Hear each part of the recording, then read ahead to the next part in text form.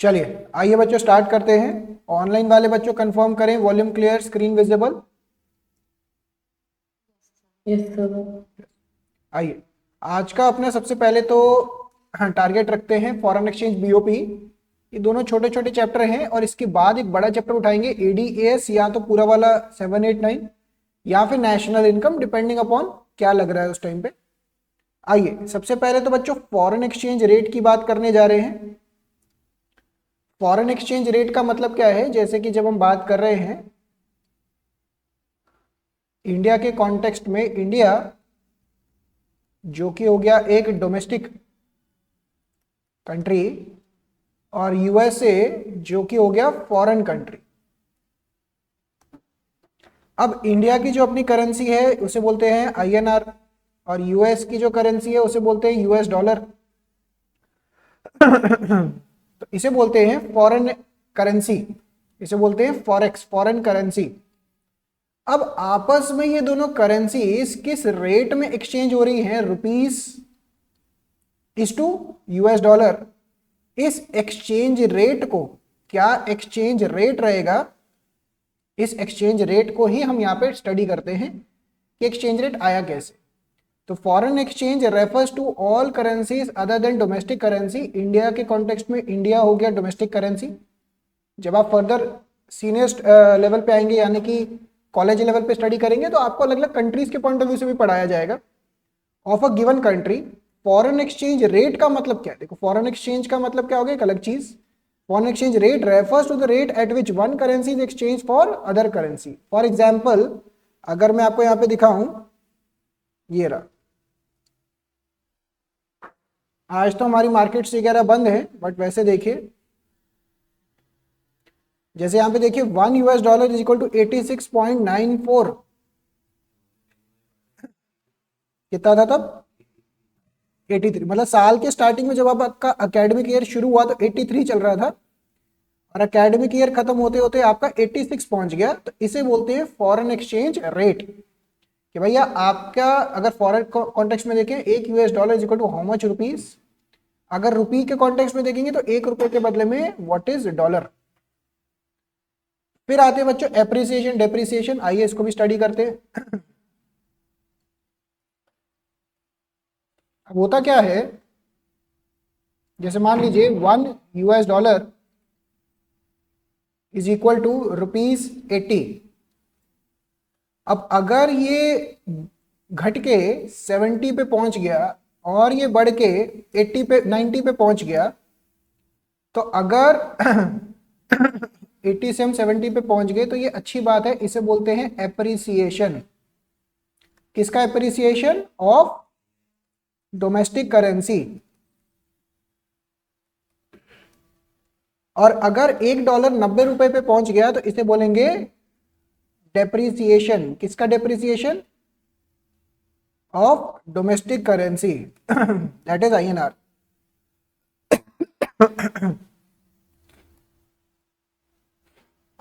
अगर इसी को एक और एंगल से स्टडी करेंगे ना, appreciation of domestic currency is equivalent to depreciation of foreign currency, that is US dollar in this context.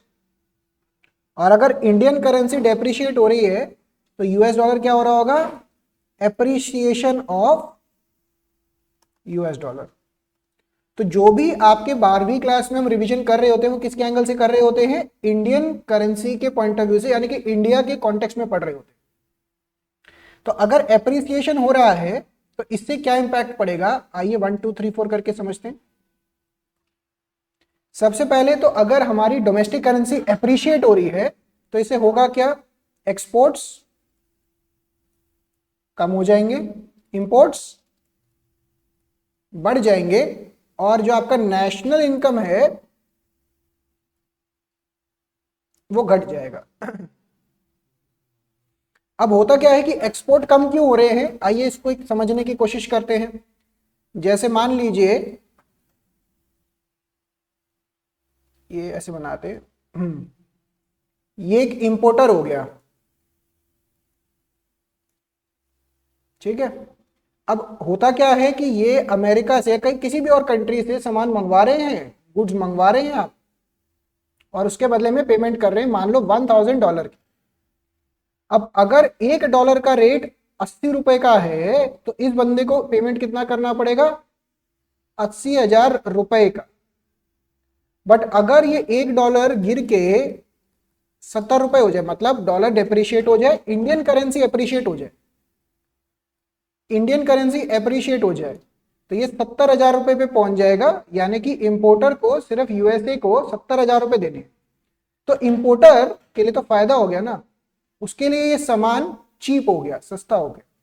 तो जब सामान सस्ता हो जाएगा तो वो और सामान इंपोर्ट करेगा, इससे इंडिया के अंदर इंपोर्ट बढ़ जाएगा।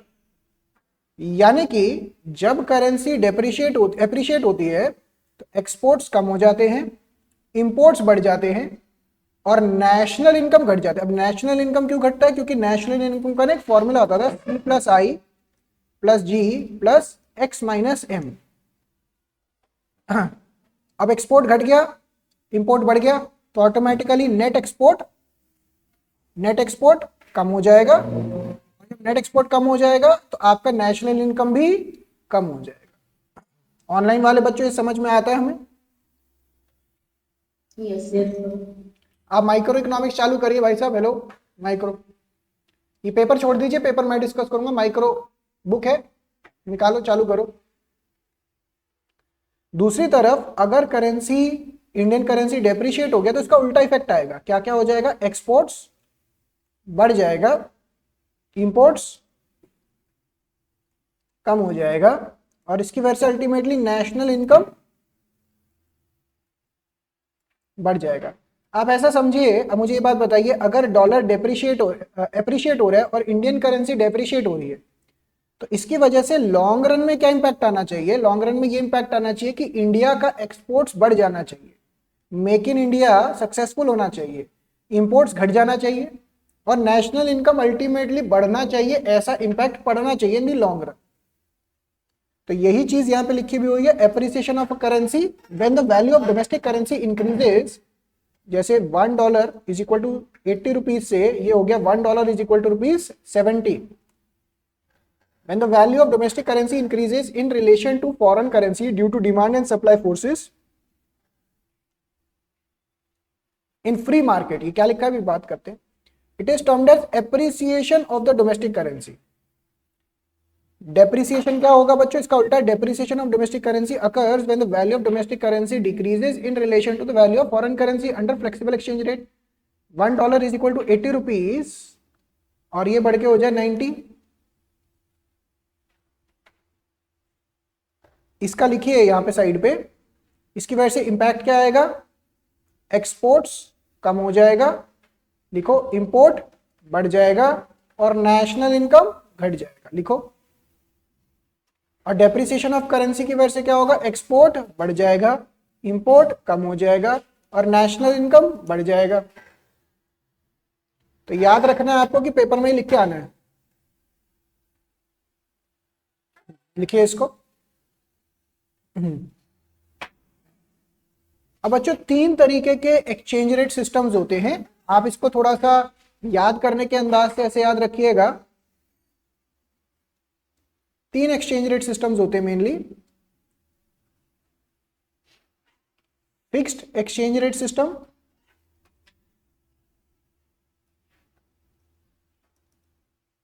और फ्लेक्सिबल एक्सचेंज रेट सिस्टम। ये दोनों ना एक्सट्रीम एंड्स है। फिक्स्ड एक्सचेंज रेट सिस्टम और फ्लेक्सिबल एक्सचेंज रेट सिस्टम, ये दोनों ना क्या है? एक्सट्रीम एंड्स है। और इसके बीच में कहीं पे फॉल करता है क्या? Managed exchange rate system. अब जैसे मैं इंडिया की बात करूं तो इंडिया 1991 से पहले, आपने पढ़ा होगा ना, आईईडी में रिवाइज भी करेंगे, 1991 जो रिफॉर्म्स आए थे उसके आने से पहले India fixed exchange rate system follow करता था। फिर धीरे धीरे इंडिया फिक्स से फ्लेक्सिबल पे जाने की कोशिश कर रहा है। यानी कि इंडिया अभी कहीं ना कहीं यहाँ पे है और ज्यादातर टुवर्ड्स हम फ्लेक्सिबल है। चाइना की जब आप बात करेंगे तो चाइना थोड़ा फिक्स्ड के पास ज्यादा है, यानी कि वो कंट्रोल करता है करेंसी को। और जो अमेरिका है वो इसके पास ज्यादा फॉल करता है। तो हर कंट्री का ये इंडिकेटर हो गया कि कौन सा कंट्री किस सिस्टम के पास ज्यादा लाई करता है। तो बिफोर 1991 इंडिया भी फिक्स्ड फॉलो करता था। उसके अंदर कई सारे एडवांटेजेस हैं, कई सारे डिसएडवांटेजेस हैं, उनको देखते हुए इंडिया कहीं ना कहीं कहां पे आना शुरू हुआ, मैनेज्ड की तरफ, यानी कि फ्लेक्सिबल की तरफ जाना शुरू कर रहा है। अमेरिका ऑलरेडी इधर ही है और चाइना कहीं ना कहीं फिक्स्ड एक्सचेंज रेट सिस्टम के आसपास ज्यादा रहता है, काफी ज्यादा उसकी डिमांड एंड सप्लाई पे बहुत डिपेंडेंट है। हाँ जी काम्या बोलिए। सर ये एक बार आप थोड़ा सा रिपीट कर देंगे क्या? दोनों का डिफरेंस? अभी डिफरेंस मैंने करवाया नहीं है, अभी बस मैंने ये बताया कि 3 तरीके के सिस्टम्स होते हैं, अभी डिफरेंस मैंने बताया नहीं है। सर नेटवर्क इश्यूज हो गए। कोई दिक्कत नहीं, ये रिकॉर्डिंग्स भी मैं ग्रुप पे डाल दूंगा, कोई उसमें कोई प्रॉब्लम नहीं है, बट अभी मैं समझाता हूँ।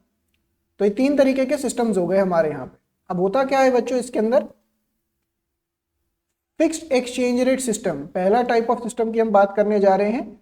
Fixed exchange rate system refers to the system in which the rate of exchange of the currency is fixed by the government, यानी कि गवर्नमेंट एक्सचेंज रेट फिक्स करके रखेगी, इसके अंदर डिमांड एंड सप्लाई का रोल नहीं होता, गवर्नमेंट जो रोल बोलेगी वही रेट रहेगा। तो 1991 से पहले इंडिया भी यही फॉलो करता था। अगर आपको लगे ना प्रांशु, आप साथ वाले रूम में बैठ जाना, ठीक है। Revaluation of currency, revaluation is just like appreciation. Appreciation और रिवैल्यूएशन एक ही बात है, बस फर्क ये है कि दिस एप्रिसिएशन का ये जो टर्म है ये फ्लेक्सिबल एक्सचेंज रेट सिस्टम में यूज होता है, और रिवैल्यूएशन का जो टर्म है ये फिक्स्ड एक्सचेंज रेट सिस्टम के अंदर यूज होता है। बस काम दोनों का वही है कि अगर $1 इज इक्वल टू 80 रुपीज है और ये जाके 70 कर दिया गवर्नमेंट ने, तो एक्सपोर्ट कम हो जाएगा, इंपोर्ट बढ़ जाएगा और नेशनल इनकम घट जाएगा, यही होगा अल्टीमेटली। बस दोनों के अंदर सिस्टम्स का फर्क है। उसी तरीके से डेप्रिसिएशन और डिवैल्यूएशन ये भी एक ही बात करता है, बस फर्क ये है कि डेप्रिसिएशन का जो टर्म है ये कहां यूज करते हैं, फ्लेक्सिबल एक्सचेंज रेट के अंदर, जबकि डिवैल्यूएशन यूज करते हैं फिक्स्ड एक्सचेंज रेट सिस्टम के अंदर। यानी कि $1 इज इक्वल टू अगर 80 रुपीज है और ये 90 पे पहुंच गया तो इसे डिवैल्यूएशन बोलेंगे अगर गवर्नमेंट करवा रही है, एक्सपोर्ट बढ़ जाएगा, इंपोर्ट कम हो जाएगा, नेशनल इनकम बढ़ना चाहिए है। यानी कि ये वाली जो टर्म्स हैं ये फिक्स्ड के अंदर यूज करते हैं। फिक्स्ड एक्सचेंज रेट सिस्टम का मतलब क्या हुआ कि गवर्नमेंट कंट्रोल करेगा, गवर्नमेंट कंट्रोल करेगा रेट क्या है, समझ पाते हैं?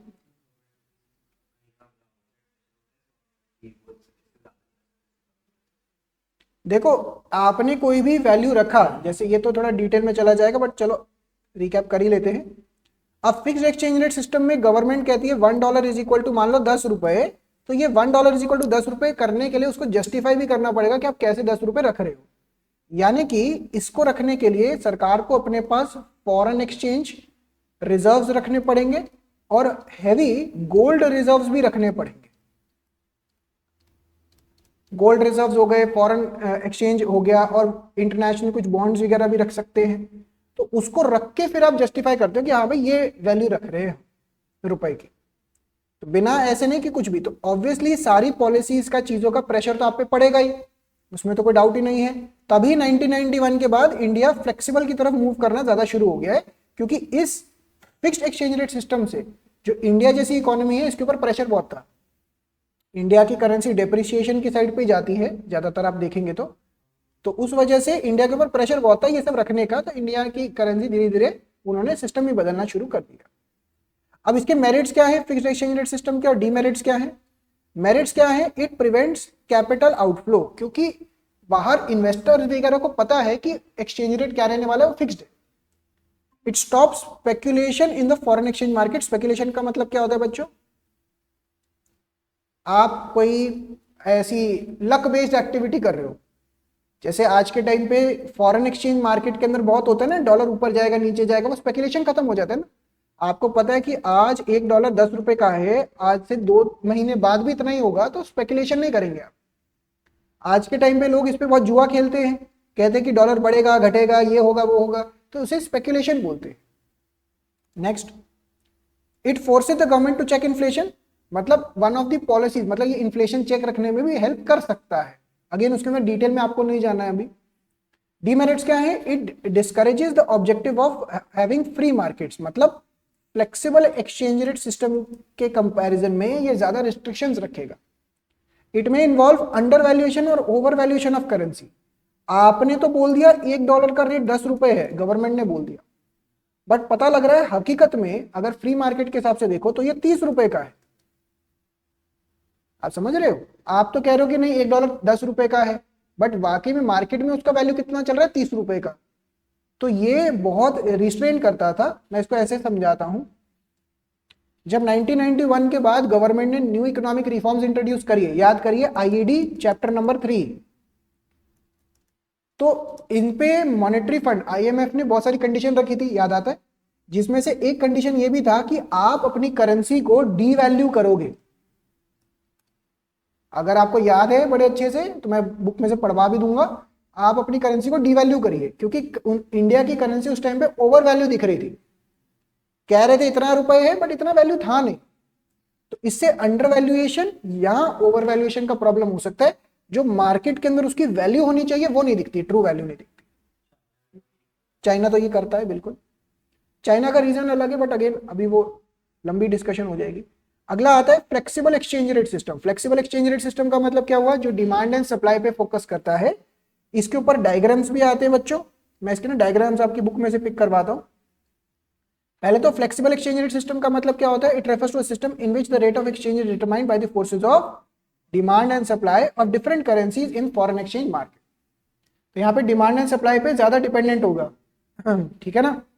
अब डिमांड एंड सप्लाई का मतलब क्या है बच्चों? आइए इसको भी मैं आपकी बुक में से पिकअप करवा देता हूं हल्का सा, ताकि आपको रिकैप हो जाए।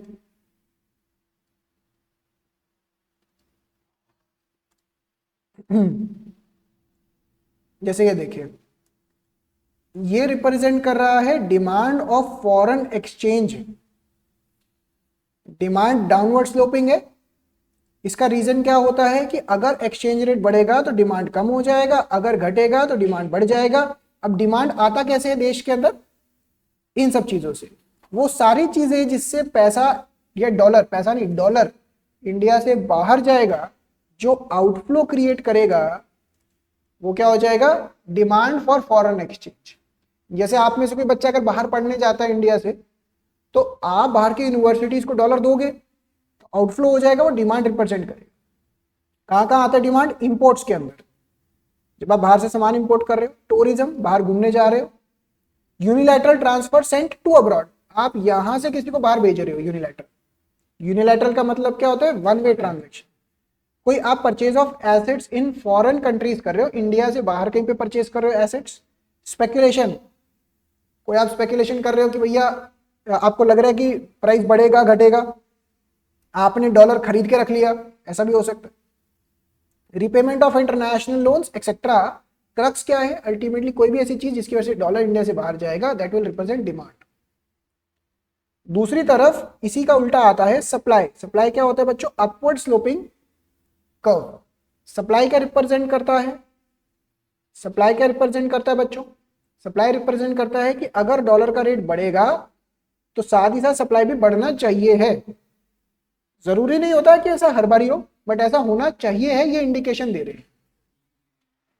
जैसे नहीं इक्विलिब्रियम की बात अभी करते हैं। ये रिप्रेजेंट करता है बच्चों इनफ्लो। अब जैसे ही आप ये समझिएगा, जैसे ही करेंसी डेप्रिशिएट होगा ना, जैसे इंडियन करेंसी डेप्रिशिएट हुआ, तो बाहर के लोग ना इंडिया में इन्वेस्ट करने के लिए या बाहर इंडिया एक्सपोर्ट करने के लिए बढ़ जाएगा। अभी वो डिस्कस किया हमने। तो एक्सपोर्ट्स रिप्रेजेंट करता है सप्लाई। फॉरेन इन्वेस्टमेंट्स जो इंडिया में आ रही हैं, ये सप्लाई रिप्रेजेंट करता है। रेमिटेंसेस फ्रॉम अब्रॉड, बाहर से कोई पैसा आ रहा है। Speculation, loans from rest of the world, आप बाहर की कंट्री से लोन ले रहे हो। Grants and donations from abroad etcetera. तो ये सब क्या रिप्रेजेंट करता है? ये रिप्रेजेंट करता है क्या? सप्लाई। तो अगेन पहला क्या था? Fixed exchange rate system, government control करेगा। दूसरा फ्लेक्सिबल एक्सचेंज रेट सिस्टम, जो कि डिमांड एंड सप्लाई कंट्रोल करेगा। इसके मेरिट्स और डीमेरिट्स है, किसके? फ्लेक्सिबल के। और आप अगर ध्यान से ऑब्जर्व करेंगे ना, तो इसके जो फिक्स्ड वाले के मेरिट्स थे, वो कहीं ना कहीं इसके डीमेरिट्स बनते हुए दिखाई देंगे, क्योंकि उल्टा है ना प्रॉपर। इसके जो डीमेरिट्स हैं फिक्स्ड के, वो इसके क्या बनने चाहिए, मेरिट्स। आपस में एक तरीके से ये समझ लो उल्टा, टोटल ऑपोजिट से। तो अगर मैं इसकी अंडरस्टैंडिंग लूं, it enhances the efficiency in resource allocation, market forces पे आप छोड़ दोगे तो एफिशिएंटली एलोकेट करेंगे। It promotes venture capital in foreign exchange market, क्योंकि यहाँ पे स्पेक्युलेटिव एक्टिविटीज बढ़ जाती है, यहाँ पे स्पेक्युलेटिव एक्टिविटीज बढ़ जाती हैं। लोग सट्टा बाजारी बहुत करते हैं। सट्टा बाजारी का मतलब क्या होता है कि आपको पता नहीं है क्या होगा, आप लक के बेसिस पे बढ़ेगा घटेगा, स्पेकुलेशन एक्टिविटीज करते। स्टॉक मार्केट, ये बिल्कुल ये अलग अलग मार्केट्स हो जाती है ना। आपने जैसे ऐसा कुछ पढ़ा होगा, एक होता है स्टॉक मार्केट, कमोडिटी मार्केट भी होता है ऐसा, ऐसे ही एक और मार्केट भी होता है जिसे बोलते हैं डेट मार्केट, ऐसे ही एक और मार्केट भी होता है जिसे बोलते हैं foreign exchange market.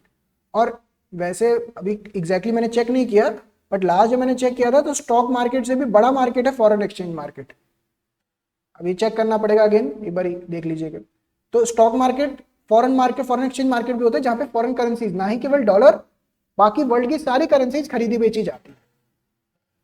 Next, it eliminates problems of under valuation over valuation. वहां पे प्रॉब्लम था अंडर वैल्यूएशन ओवर वैल्यूएशन का फिक्स्ड वाले में, यहाँ पे वो प्रॉब्लम खत्म हो जाती है।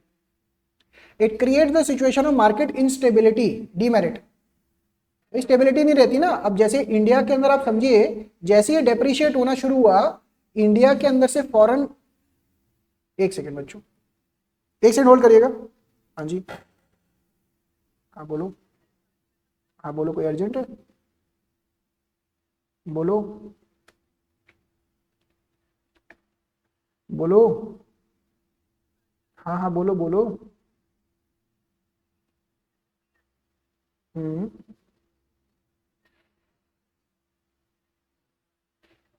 चलो ठीक है ठीक है, आप एक बार घर पे बात कर लो, ठीक है ना, मैं क्लास में हूँ अभी।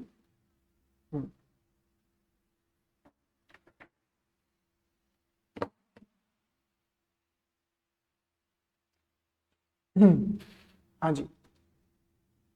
It creates the situation of market instability. अब जैसे मैं आपको एग्जांपल दे रहा था कि जैसे इंडियन करेंसी डेप्रिशिएट हुआ, आप इसके साइमल्टेनियसली अगर इसी टाइम पीरियड में चेक करेंगे ना, हमारा स्टॉक मार्केट गिर भी गया है। मैं आपको दिखाता हूं, ये देखिए, इसी पीरियड के दौरान हमारा स्टॉक मार्केट गिर भी गया है। तो ये बहुत मेजर मैक्रो इकोनॉमिक्स होता है कि आपका ऐसा नहीं है कि सिर्फ करेंसी डेप्रिशिएट हो रहा है, इसका इफेक्ट बाकी चीजों पे भी आता है। अब अगर हमारा करेंसी डेप्रिशिएट होगा तो वहां से लोग इंडिया के अंदर से इन्वेस्टमेंट निकाल के दूसरी कंट्रीज में लेके जाएंगे। आप समझ रहे हैं, इसके और भी मैक्रो इकोनॉमिक पॉलिसीज है, बट अगेन आपको एक ओवरव्यू हल्का सा मिल रहा है। तो ये इंस्टेबिलिटी क्रिएट करता है, बाहर के लोग इंडिया में इन्वेस्ट करेंगे, स्टॉक मार्केट बढ़ जाएगा। जो आपने सुना भी होगा भाई, स्टॉक मार्केट पिछले 2-3 साल से हर जगह यही बात चलती है। फिर जब लोग पैसा निकाल लेते हैं तो मार्केट गिरना शुरू हो जाता है, जो आज के टाइम पे हो रहा है। इट एनकरेजेस स्पेकुलेशन, ये तो बात समझ में आती है, ये डीमेरिट है। इट डिस्करेजेस इंटरनेशनल ट्रेड, क्योंकि इंस्टेबिलिटी है ना।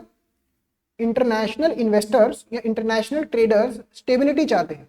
जब तक उनको एक स्टेबल करेंसी नहीं मिलेगा, उनको दिक्कत रहेगा, बार बार चेंजेस करने पड़ेंगे। जैसे आज के टाइम पे आप रिसर्च करिएगा, यूएसए टैरिफ वॉर चला रहा है वर्ल्ड में। डोनाल्ड ट्रंप जो आए हैं, इंडिया में भी कह रहा है लेकर आने के लिए, तो टैरिफ वॉर की वजह से इंस्टेबिलिटी आ रही है इंटरनेशनल ट्रेड में।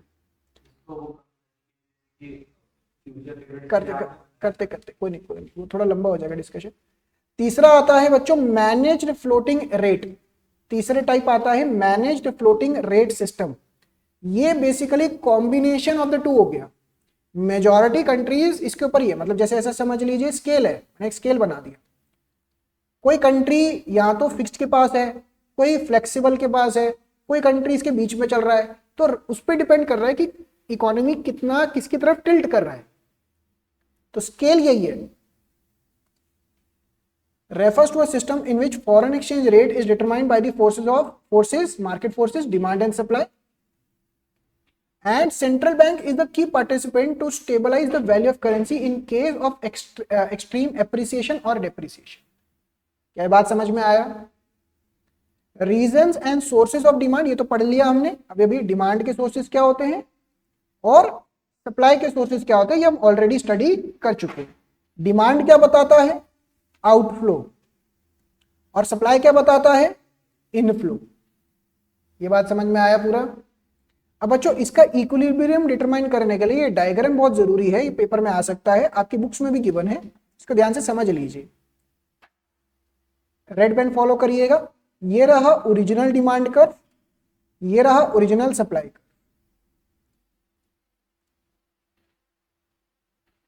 अब अगर डिमांड बढ़ जाए, अगर डिमांड घट जाए, उसी तरीके से ये रहा ओरिजिनल सप्लाई कर्व, ये रहा ओरिजिनल डिमांड कर्व। अगर सप्लाई बढ़ जाए, अगर सप्लाई घट जाए, ये बातें समझ में आती है हमें। तो नॉर्मली होता क्या है, डिमांड बढ़ जाए, डिमांड घट जाए, ये ऐसा भी हो सकता है कि दोनों चीजें साइमल्टेनियसली चेंज हो रही हूँ, बट वो आपके सिलेबस में इतना हैवीली डाला नहीं है। बस इसको इस तरीके से समझिए, डिमांड बढ़ गई, डिमांड घट गई। इसके कीवर्ड्स आपको पेपर के पॉइंट ऑफ व्यू से क्या याद करने हैं, कोई एक डायग्राम पिक करके मैं समझाता हूं। जैसे ये देखिए, यहां पे डिमांड बढ़ गया, डिमांड बढ़ गया मतलब यहां से यहां पे चला गया, rightward shift in the demand curve. तो point number 1, an increase in the demand for the foreign exchange will shift the demand curve towards the right. Point number 1 ये समझ में आता है। इसकी वजह से एक्सेस डिमांड क्रिएट होगा। अब इसके डिटेल में अभी नहीं लेके जा रहा, बस इतना समझ लीजिए, ये रहा डिमांड, ये रहा सप्लाई। डिमांड अगर बढ़ जाएगा तो ऑब्वियस ही बात है एक्सेस डिमांड बनेगा ना। At the original this as a result exchange rate rises to OR1। अब होता क्या है, इसकी वजह से हम नया इक्विलिब्रियम यहां पे पहुंच जाते हैं, तो रेट बढ़ जाता है। रेट बढ़ जाने को ही क्या बोलते हैं हम, डेप्रिसिएशन। तो पेपर में अगर आता है डायग्राम के साथ साथ, दोबारा से इधर देखिए, अगर डिमांड राइटवर्ड शिफ्ट हो गया तो आप क्या क्या लिखेंगे। Point number 1, rightward shift in the demand curve. Point number 2, इसकी वजह से क्या हो रहा है, create excess demand. Point number 3, demand अगर ज्यादा है, सप्लाई कम है, तो इसकी वजह से करेंसी क्या हो जाएगी, डोमेस्टिक करेंसी। डोमेस्टिक करेंसी मतलब INR डेप्रिशिएट हो जाएगा। क्या ये समझ में आती है सारी बातें। अच्छा, इसी का उल्टा अगर डिमांड लेफ्टवर्ड शिफ्ट हो जाएगा बच्चों, तो क्या हो जाएगा, इसी का उल्टा हो जाएगा। तो एक चीज अगर दिमाग में बैठ गई तो दूसरी उसका उल्टा ही है। अच्छा, सप्लाई का भी एक आधा करवा देता हूं। जैसे मान लीजिए अब यहाँ पे सप्लाई बढ़ गया, पॉइंट नंबर 1, राइटवर्ड शिफ्ट इन दी सप्लाई, लिख लीजिएगा, सब याद रहेगा, लास्ट ही चल रहा है बस। दूसरा, इसकी वजह से क्या क्रिएट हो जाएगा बच्चों, एक्सेस सप्लाई। अब यहां पे देखिए, ये रहा original equilibrium, original rate, original quantity. अब नया इक्विलिब्रियम यहां पे आ गया, तो नया रेट ये हो गया, नया क्वांटिटी ये हो गया, तो यहां पे करेंसी रेट गिर गया है। तो पॉइंट नंबर 3, इसे क्या बोलेंगे, डोमेस्टिक करेंसी क्या हो गई है,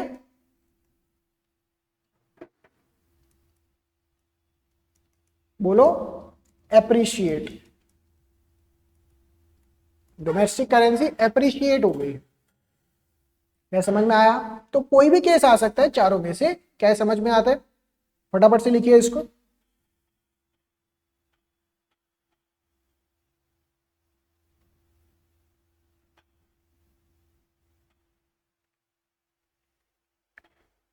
हाँ जी, काम्या कोई डाउट था आपको।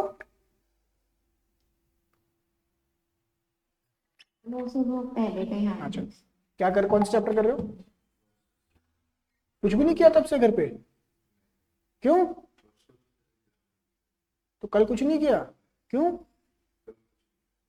अरे बाबू क्या कर क्या रहे हैं आप। कौन सा चैप्टर आता, कौन सा है इनमें से सबसे बढ़िया।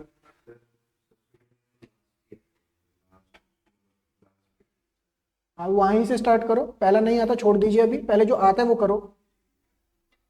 अच्छा, कल तो होली खेल रहे होगे ना, इसी वजह से नहीं पढ़े। करो करो, लास्ट के चैप्टर स्टार्ट करिए आप।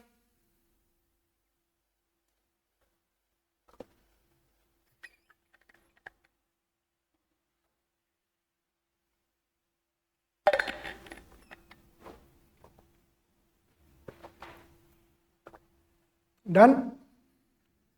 इस चैप्टर के लास्ट में आता है functions of foreign exchange market. 3 major functions हैं इसके, पेपर में बाय चांस 1 मार्कर में आ जाए तो आपको पता होने चाहिए। पहला है transfer function, credit function, hedging function. ज्यादातर बच्चों को इसमें हेजिंग में समझ में नहीं आता कि what is hedging function, otherwise transfer function and credit function समझ जाते हैं। ट्रांसफर फंक्शन के अंदर क्या होता है बच्चों, आइए इसको मैं बुक में से पढ़वाता हूं। ये रहे। अब फॉरेन एक्सचेंज मार्केट का मतलब क्या होता है, इसकी डेफिनेशन अगर यहाँ पे लिखी हो, ये रही। Foreign exchange market is a market in which foreign currencies are brought and sold. आसान सी बात है, जहां पे फॉरेन करेंसी खरीदी बेची जाए उसे फॉरेन एक्सचेंज मार्केट बोलते हैं। ये कोई ऐसी फिजिकल मार्केट नहीं है जैसे करोल बाग मार्केट बोलते हैं हम, तो करोल बाग मार्केट एक फिजिकल मार्केट होगी। ये फिजिकल मार्केट नहीं है, डिजिटल है कि भाई कहीं से भी खरीदना बेचना, उसे बोलेंगे फॉरेन एक्सचेंज मार्केट का पार्ट। अब इसके अंदर आ जाते हैं फंक्शन, पहला ट्रांसफर फंक्शन, आइए रीड करिए। It transfers purchasing power between countries involve in a transaction. अब जैसे आज के टाइम पे मुझे ये बात बताइए, सबसे ज्यादा परचेजिंग पावर किसकी है वर्ल्ड में? यूएसए। रीजन क्या है कि यूएसए के पास सबसे ज्यादा gross domestic production that is GDP है। जीडीपी से उनके पास पैसा जनरेट होता है और वो इंटरनेशनली कहीं पे भी कुछ भी खरीद सकते हैं। अब धीरे धीरे हुआ क्या, हर कंट्री का चाइना के साथ ट्रांजैक्शन बढ़ा।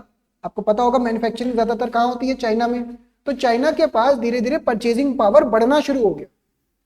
तो इसे ही बोलते हैं ट्रांसफर फंक्शन, क्योंकि वर्ल्ड के अंदर कुछ भी खरीदा बेचा जा सकता है between countries through foreign exchange market. तो इसके थ्रू परचेजिंग पावर एक कंट्री से दूसरी कंट्री में बढ़ भी सकती है और घट भी सकती है। परचेजिंग पावर का मतलब ही क्या है? खरीदने की क्षमता। आप इंटरनेशनली कितना खरीद सकते हो, कितना बेच सकते हो, ये बात होती है परचेजिंग पावर। समझ में आता है? तो ट्रांसफर फंक्शन क्या बोलता है कि बिटवीन कंट्रीज, जैसे मान लीजिए मैं इंडिया हूं, आप यूएसए हो, तो हमारे बीच में जो ट्रांजैक्शन हो रहा है वो हमारी परचेजिंग पावर को बढ़ा भी सकता है, घटा भी सकता है। समझ रहे हैं बात? अगला आता है क्रेडिट फंक्शन। ये तो नाम से समझ में आना चाहिए, अकाउंट्स वाले बच्चों को खास तौर से। क्रेडिट मतलब उधारी। इंटरनेशनली अगर आपको उधारी लेनी है या देनी है तो क्रेडिट फंक्शन के थ्रू ये भी हो जाता है। तीसरा आता है हेजिंग फंक्शन। इसमें यूजुअली बच्चे को दिक्कत आती है, मैं कोशिश करता हूं इसको शॉर्ट में समझाने के लिए। अब बच्चों होता क्या है ये समझिए। जैसे मान लीजिए आपने कोई सामान परचेज किया बाहर से और आपको उसका पेमेंट करना है $1000 का। आज रेट है 80 रुपए। तो आज अगर टुडे आपको पेमेंट करना हो तो आप कितना पेमेंट करेंगे? आप बैंक के पास जाओगे, बैंक को बोलोगे कि भाई साहब मेरे को $1000 दे दो, मैं आपको 80,000 रुपए दे देता हूं। यही बात होती है ना, ये आज की बात है। बट फ्यूचर में क्या होता है कि ऐसा भी तो हो सकता है कि आपको फ्यूचर बाद 3 महीने बाद पेमेंट करना हो। क्या 3 महीने बाद पेमेंट हो सकता है? बिल्कुल हो सकता है, क्योंकि 3 महीने बाद भी फॉरेन एक्सचेंज मार्केट रहेगा। अब बट प्रॉब्लम क्या होती है? प्रॉब्लम ये होती है कि 3 महीने बाद का फॉरेन करेंसी का क्या रेट होने वाला है ये किसी को नहीं पता है। समझ पा रहे?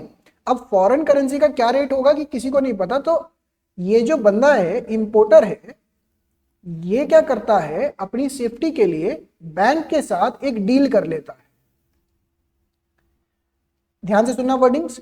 इंपोर्टर बैंक को जाके बोलता है कि 3 महीने बाद चाहे कोई भी रेट हो, मुझे मतलब नहीं है मार्केट में। आप मेरे से, इंपोर्टर बैंक, आप मेरे से एक कॉन्ट्रैक्ट कर लो आज कि भाई 3 महीने बाद जो भी रेट होगा मुझे मतलब नहीं है, आज ही रेट तय कर लो। मान लो $1 इज इक्वल टू 82 रुपीज। तो भविष्य में वो 90 हो जाए, 3 महीने बाद 85 हो जाए, इस बंदे को कोई फर्क नहीं है, क्योंकि ये ऑलरेडी बैंक के साथ क्या कर चुका है? डील कर चुका है। भैया मेरे को 3 महीने बाद 82 रुपीज पर डॉलर के हिसाब से मिल जाएगा। समझ में आया? तो इसके सर से वो जो रिस्क होता है ना, किसका रिस्क? डॉलर के बढ़ने या घटने का, वो खत्म हो जाता है। बिल्कुल अच्छी बात है। जैसे इंश्योरेंस लेते हैं आप, इंश्योरेंस क्यों लेते हैं? ताकि गाड़ी ठुक गई तो आपको इंश्योरेंस क्लेम मिल जाएगा। बट ये थोड़ी ना इसका मतलब कि इंश्योरेंस क्लेम लेना तो गाड़ी ठोक के ही मानेंगे। वो उसके लिए होता है कि गाड़ी बाई चांस ठुक जाए तो आपको क्लेम मिल जाए। वैसे ये है कि बाई चांस अगर डॉलर बहुत तेजी से ऊपर बढ़ जाए तो उसके अगेंस्ट आप इंश्योरेंस दैट इज हेजिंग करवा लीजिए कि पता लगे बड़ी सी ट्रांजैक्शन में आपको बहुत लाखों करोड़ों रुपए का नुकसान हो जाए। ये तो $1000 लिए, आप ये समझो $1 मिलियन होता तो 1 रुपए से कितना 10 लाख का सीधा सीधा फर्क पड़ जाता। तो हेजिंग कॉन्ट्रैक्ट्स बोलते हैं इसे। इसके अंदर 2 तरीके के कॉन्ट्रैक्ट्स की बात हो गई। मैं ब्लू से लिख रहा हूं, ध्यान से सुनना। अगर आज ही टुडे आप बैंक से खरीद बेच लेते हो तो इसको बोलते हैं स्पॉट मार्केट। आज मैंने खरीद लिया बेच लिया, इसको बोलते हैं क्या? Spot market. बट अगर भविष्य का कोई कॉन्ट्रैक्ट है इसे बोलते हैं फॉरवर्ड मार्केट, फ्यूचर मार्केट। आज अगर कोई ट्रांजैक्शन हो रही है, आज मतलब मैंने आज पार्थ को पकड़ा है 80,000 रुपए और 1,000 डॉलर ले लिया, तो इसे बोलते हैं स्पॉट मार्केट। मैं पार्थ को बोल रहा हूं भाई 3 महीने बाद मैं आपसे आऊंगा और ये कॉन्ट्रैक्ट कर लीजिए, तो इसे बोलते हैं फ्यूचर या फॉरवर्ड मार्केट। इसको इस्तेमाल किया जाता है किसके लिए? हेजिंग के लिए भी इस्तेमाल किया जा सकता है, या सट्टेबाजारी जुए के लिए भी इस्तेमाल किया जा सकता है। बहुत से लोग इसको स्पेकुलेशन करते हैं। हेजिंग का मतलब तो क्या हो गया, आप बिजनेस पर्पस के लिए इंश्योरेंस ले रहे हो, डिफरेंस समझ में आ रहा है। और स्पेकुलेशन का मतलब क्या है, अब बंदा कहता है कि भाई मुझे नहीं पता क्या होने वाला है, डॉलर का रेट बढ़ेगा घटेगा देखी जाएगी। जैसे यहां पे देखिए, वो कहता है कि मुझे लगता है डॉलर बढ़ेगा, ठीक है ना, डॉलर बढ़ेगा, तो वो भी बैंक के साथ जाके फ्री में कॉन्ट्रैक्ट कर लेता है, कहते भाई कॉन्ट्रैक्ट कर लो देखी जाएगी, तो उसे स्पेकुलेशन बोलते हैं। बट अगर आप बिजनेस पर्पस के लिए कर रहे हो तो उसे क्या बोलेंगे? हेजिंग। दोनों का फर्क समझ में आया? तो स्पॉट मार्केट का मतलब क्या हुआ, पढ़िए मेरे साथ साथ। Spot market refers to the market in which receipts and payments are made, keywords क्या है? Immediately. Forward market refers to market in which sale purchase of foreign currency is settled on a specified future date at a rate agreed today। भैया rate आज ही तय कर लिया है, but transaction कब होगी? भविष्य के अंदर। क्या ये समझ में आया? बोलो। हम्म।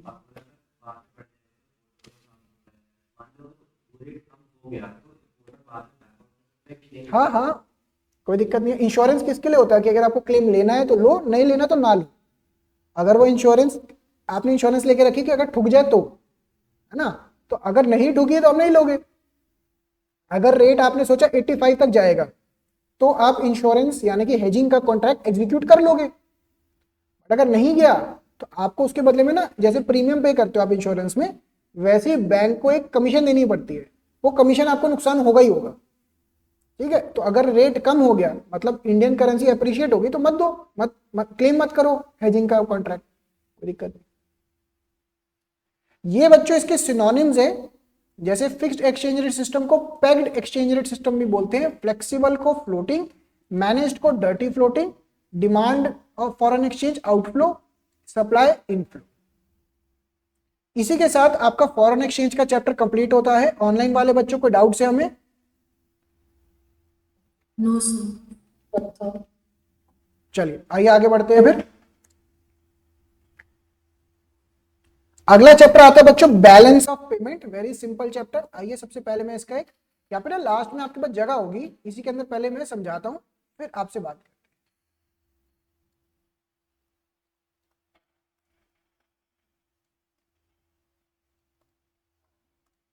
बच्चों बैलेंस ऑफ पेमेंट एक स्टेटमेंट हो गया। आप में से जो बच्चे कॉमर्स बैकग्राउंड के उनको तो समझ में आता होगा, ये डेबिट क्रेडिट। नहीं है तो एक सिंपल लेवल समझ लेना। बैलेंस ऑफ पेमेंट एक स्टेटमेंट हो गया जो कौन बनाता है? गवर्नमेंट। उसका एक डेबिट साइड होता है, डीआर मतलब डेबिट, साथ साथ में चलो ऐसा करो लिख ही लीजिए, सीआर मतलब क्रेडिट। यहां पे बताता है आउटफ्लो, यहां पे आता है इनफ्लो, यहां पे आता है नेगेटिव आइटम्स, इसे नेगेटिव आइटम्स भी बोलते हैं, और इसे पॉजिटिव आइटम्स भी बोलते हैं। अब आउटफ्लो कैसे कैसे आएगा, यहां पे डॉलर कब कब जाएगा? 4 तरीके की ट्रांजैक्शन होती है मेनली। कौन कौन सी? Visible, that is goods, invisible, that is services, unilateral और कैपिटल ट्रांजैक्शन। सबसे पहले तो यहां पे आएगा क्या? इंपोर्ट्स। आपने बाहर से कुछ इंपोर्ट किया, डॉलर जाएगा नेगेटिव साइड पे। अगर आपने एक्सपोर्ट किया तो पॉजिटिव साइड पे। आपने सर्विसेज इंपोर्ट की तो नेगेटिव साइड पे, एक्सपोर्ट की तो पॉजिटिव साइड पे। बाहर से पैसा आया, इनफ्लो, सॉरी सॉरी, बाहर किसी को ग्रांट वगैरह दिया, आउटफ्लो, और बाहर से आया तो कैपिटल का आउटफ्लो। जैसे आपने लोन दिया, बाहर इन्वेस्टमेंट गई, इन्वेस्टमेंट आउटसाइड,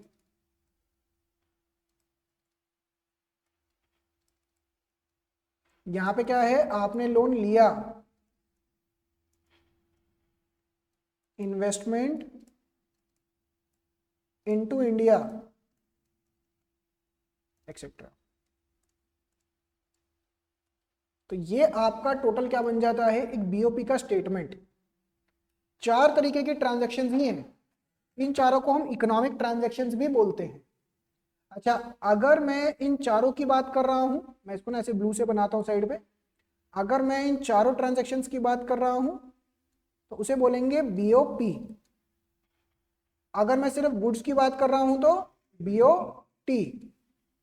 अगर मैं इसमें से इन 3 ट्रांजैक्शंस की बात कर रहा हूं तो इसे बोलते हैं करंट अकाउंट ट्रांजैक्शंस, और ये कैपिटल तो होता ही होता है। तो इस तरीके से पूरा का पूरा आपका बैलेंस ऑफ पेमेंट डिवाइडेड है। ऊपर वाली सिर्फ विजिबल आइटम्स की बात कर रहे हैं तो बैलेंस ऑफ ट्रेड, आप गुड्स सर्विसेज यूनिलैटरल की बात कर रहे हो करंट अकाउंट ट्रांजैक्शंस। अगर सिर्फ कैपिटल की बात कर रहे हैं तो कैपिटल हो गया, अगर चारों की बात कर रहे हैं तो बैलेंस ऑफ पेमेंट हो गया। इसमें कोई डाउट्स है हमें?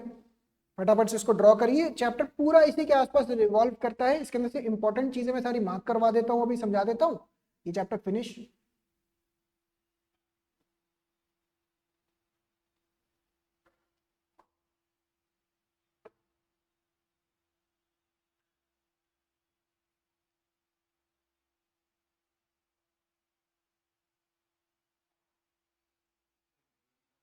बैलेंस ऑफ ट्रेड,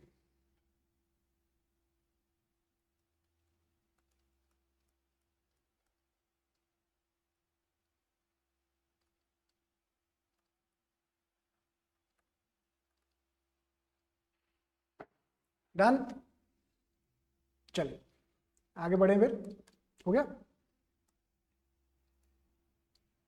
आइए बच्चों, इसके कुछ लिखे हुए हैं डेफिनेशन वगैरह। Balance of payment provides a systematic record of all economic transaction between the residents and the rest of the world during a given period of time.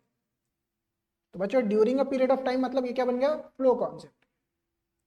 और साथ ही साथ इंडिया के लोग, इंडिया और रेस्ट ऑफ द वर्ल्ड के बीच में क्या आ रहा है जा रहा है, इसके पूरे एक स्टेटमेंट को बोलते हैं बैलेंस ऑफ पेमेंट।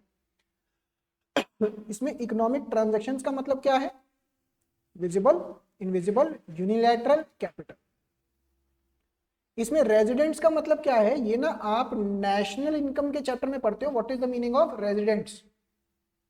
रेजिडेंट्स का मीनिंग आप कहां पे पढ़ते हो, नेशनल इनकम के चैप्टर में, मैं वो रिकैप करवा दूंगा।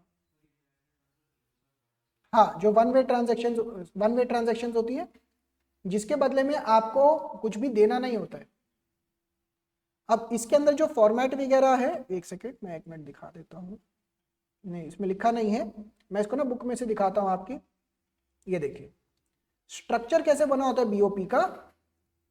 हाँ, balance of payment accounting uses double entry system for recording the transactions with the rest of the world. तो एक कीवर्ड क्या आ गया इसके अंदर, डबल एंट्री सिस्टम होता है। उसके अलावा कीवर्ड्स क्या हैं, एक क्रेडिट साइड होती है और एक debit side. Credit side all inflow show करता है, debit side all outflow show करता है। और इसके अंदर की टर्म्स क्या याद रखने, बैलेंस्ड, सरप्लस, डेफिसिट। बैलेंस्ड कब होगा, जब debit side is equal to credit side. Surplus कब होगा, जब debit side is less than credit side. और डेफिसिट कब होगा, जब debit side is more than credit side.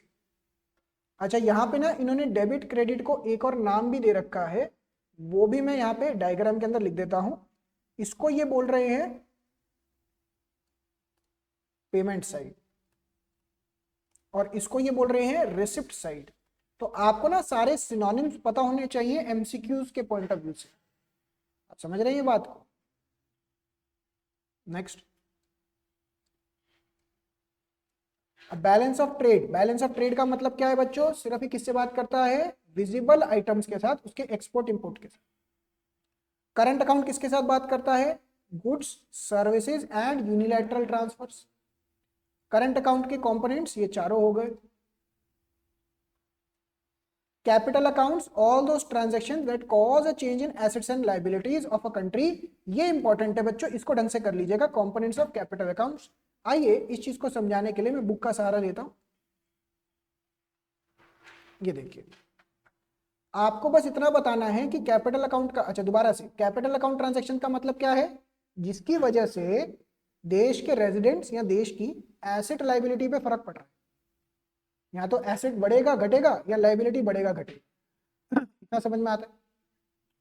इसको 3 तरीके की ट्रांजैक्शंस में बता रखा है। अब ये 3 क्या क्या है आपको इतना बताना है कि डेबिट की साइड पे आएगा या क्रेडिट की साइड पे। डेबिट का मतलब पैसा इंडिया से बाहर जा रहा है और क्रेडिट का मतलब पैसा इंडिया में आ रहा है। Borrowing and lending to and from abroad, अगर हम बोरो कर रहे हैं बाहर से पैसा, इनफ्लो की साइड पे आ जाएगा, और अगर हम लेंडिंग कर रहे हैं तो ना, तो समझ में आता है हमें? Investment to and from abroad, अगर बाहर के लोग इंडिया में इन्वेस्ट कर रहे हैं, फ्रॉम अब्रॉड अगर हम बाहर इन्वेस्ट कर रहे हैं, इन्वेस्टमेंट। ये समझ में आया? अगला आता है फॉरेन एक्सचेंज रिजर्व। ये बच्चों को बहुत बारी तंग करता है, ये बच्चों को बहुत बारी तंग करता है। अगर मैं इसको ना यहाँ पे हल्का हल्का लिख दूं, लोन गिवन, ये तो लिख दिया ना, एक फॉरेन एक्सचेंज का भी यहाँ पे मैं पॉइंट ऐड कर देता हूँ। आइए इसको पहले डिस्कस करते हैं। लिखा हुआ है द फॉरेन एक्सचेंज रिजर्व, ठीक है, अ change in foreign any withdrawal from reserve is recorded on the positive side. क्या मतलब है? पहले तो ये समझते हैं कि फॉरेन एक्सचेंज रिजर्व्स का मतलब क्या होता है। अब बच्चों ये आपने मनी एंड बैंकिंग के चैप्टर में पढ़ा था, क्या पढ़ा था कि भैया आरबीआई के कई सारे रोल होते हैं, जिसमें से एक रोल क्या था? Custodian of forex reserves. Cash reserves भी होता है, फॉरेक्स रिजर्व्स भी होता है। होपफुली आपने मनी एंड बैंकिंग खत्म कर लिया होगा। अब फॉरेक्स रिजर्व मान लो $400 बिलियन का आपके पास फॉरेक्स रिजर्व पड़ा हुआ है।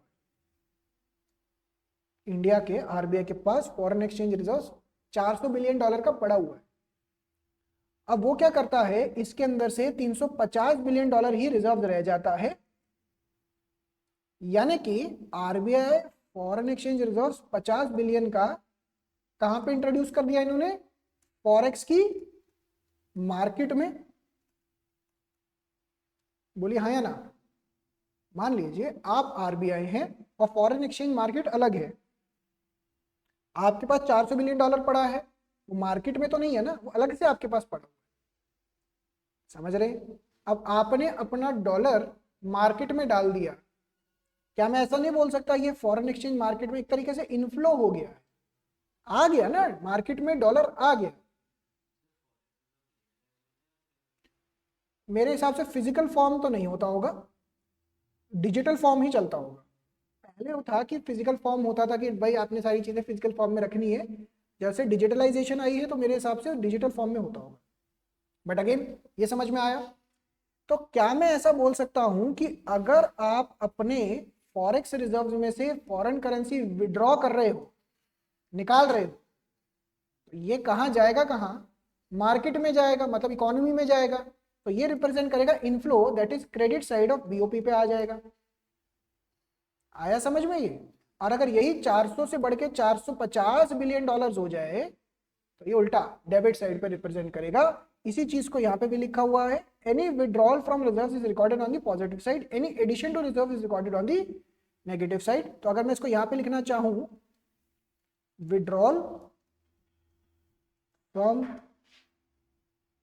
फॉरेक्स रिजर्व लिख लीजिए बच्चों, ये ना 1 मार्कर्स में आ सकता है। और additional introduction to forex reserves.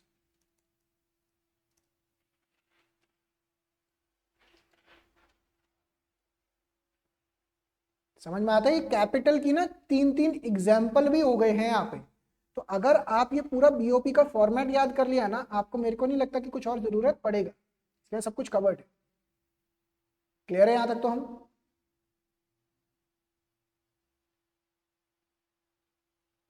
आइए आगे बढ़े।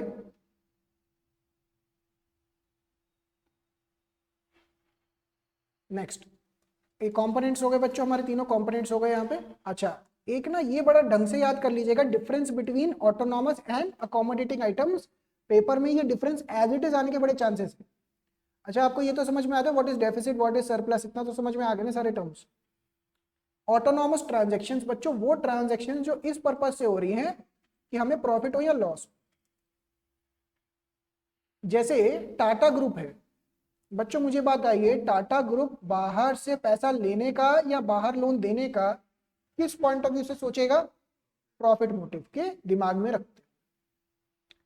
बट अगर अकोमोडेटिंग आइटम्स की बात करें, इनका पर्पस प्रॉफिट मोटिव नहीं होता, इनका पर्पस होता है बीओपी का बैलेंस मेंटेन करना। जैसे मान लीजिए हमारा आउटफ्लो $100 का हुआ और इनफ्लो $20 का हुआ, तो इसे क्या बोलते हैं? सरप्लस या डेफिसिट? कितने का डेफिसिट हो गया बच्चों ये? तो ये $80 गवर्नमेंट को कहीं ना कहीं से तो लेकर आने पड़ेंगे ना। तो ये जो डेफिसिट आया $80 का, इसको पूरा करने के लिए जो ट्रांजैक्शन होती हैं उसे बोलते हैं अकोमोडेटिंग आइटम्स। क्या आती है बात समझ में? और जो प्रॉफिट मोटिव से होती है उनको बोलते हैं ऑटोनॉमस। तो autonomous item refers to those international economic transactions which take place due to some economic motive such as profit maximisation. तो इनका मेन कीवर्ड क्या है? Profit maximisation. जबकि accommodating item refer to the transactions that are undertaken to cover, ये cover करने के लिए होती है डेफिसिट और surplus. Effects of on BOP account, autonomous transactions are independent. भाई इंडिपेंडेंट, इनको कोई मतलब नहीं है कि सरप्लस या डेफिसिट। जैसे मान लीजिए आपको बाहर पढ़ने जाना है, तो क्या आप पहले ये चेक करोगे कि हमारा बीओपी सरप्लस में या डेफिसिट में? नहीं, आप बैंक के पास जाओगे, बोलोगे कि इतना डॉलर बाहर भिजवा दो। अकोमोडेटिंग आइटम्स क्या होती है? Are transactions undertaken to maintain the balance. यानी कि आप इसको ऐसे भी बोल सकते हैं, these are dependent. Current account या कैपिटल अकाउंट, इसके अंदर दोनों तरीके की ट्रांजैक्शन आती हैं, जबकि अकोमोडेटिंग में सिर्फ और सिर्फ कैपिटल। एक लाइन ऑफ डिफरेंस याद रखिएगा बस, this are above the line items, these are below the line items. बस इतना ये डिफरेंस के पॉइंट ऑफ व्यू से याद रखना। अब डेफिसिट बीओपी का मतलब क्या हो गया बच्चों? Deficit BOP arises when total inflows on account of autonomous transactions are less than total outflows on account of such transaction. Autonomous क्यों? क्योंकि अकोमोडेटिंग तो बैलेंसिंग करने के लिए होता है ना। तो जब भी हम बोलते हैं डेफिसिट है या सरप्लस है, तो किसके एंगल से बोलते हैं? ऑटोनॉमस को कंसिडर करते हैं। और अगर सरप्लस है तो इसी का उल्टा हो जाएगा। इसके कुछ वन मार्कर्स के हिसाब से इसके आगे लिखे हुए synonyms: balance of trade, balance of visible item, trade balance भी बोलते हैं, export import of goods, merchandise transaction, visible transaction, services को इनविजिबल, यूनिलैटरल को अनरिक्वेटेड ट्रांसफर्स। तो इसी के साथ आपका government budget, sorry foreign exchange and BOP complete होता है। फटाफट से 15 मिनट लगा के इसके वन मार्कर्स कंप्लीट करिए, फिर हम आगे बढ़ते हैं। स्टार्ट करिए।